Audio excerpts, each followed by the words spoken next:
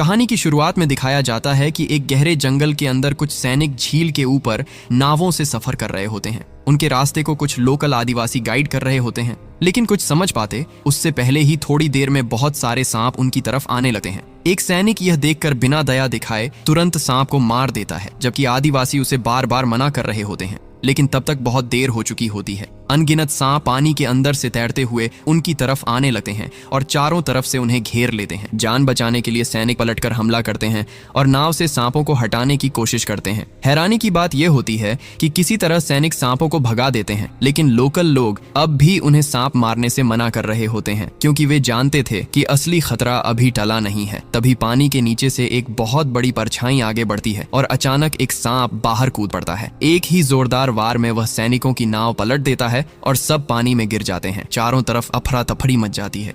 विशाल दानव सांप ऐसे लोगों को निगलने लगता है जैसे कोई आराम से खाना खा रहा हो, जिससे पानी में बड़ी बड़ी लहरें उठने लगती हैं।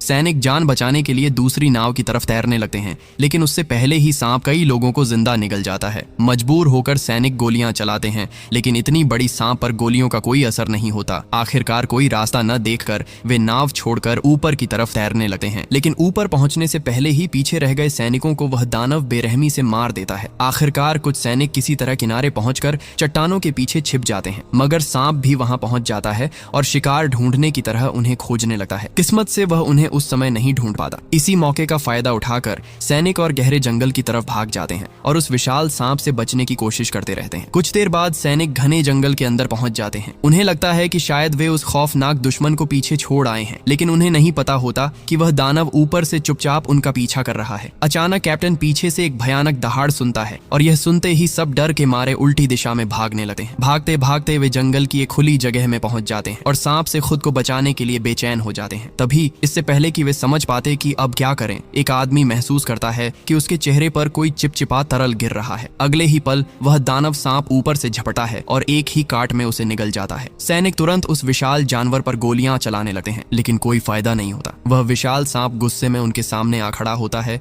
और उनकी तरफ दौड़ पड़ता है। कैप्टन सांप पर वार करके पलटवार करने की कोशिश करता है, लेकिन इससे भी उसे कोई खास नुकसान नहीं होता। उल्टा सांप जबरदस्त ताकत से लोगों को उछाल देता है और अपने जबड़ों में फंसाकर निगल जाता है। कैप्टन लगातार फायर करने का ऑर्डर देता है, लेकिन सांप इतना ताकतवर होता है कि इंसानों को कीड़े मकोड़ों की तरह फेंक रहा होता है। सबको लगता है कि अब कोई नहीं बचेगा। तब कैप्टन फैसला करता है कि वह सांप को दूसरी दिशा में बहका कर ले जाएगा। कैप्टन भी उनके पीछे दौड़ते हैं। सैनिक पहाड़ की ढलान से तेजी से नीचे उतरने लगते हैं और दानवाकार सांप भी उन्हें मारने के लिए उनका पीछा करता है। किस्मत से कैप्टन सांप को पेड़ों की मोटी डालियों के बीच फंसा देते हैं। इसी वजह से सांप कुछ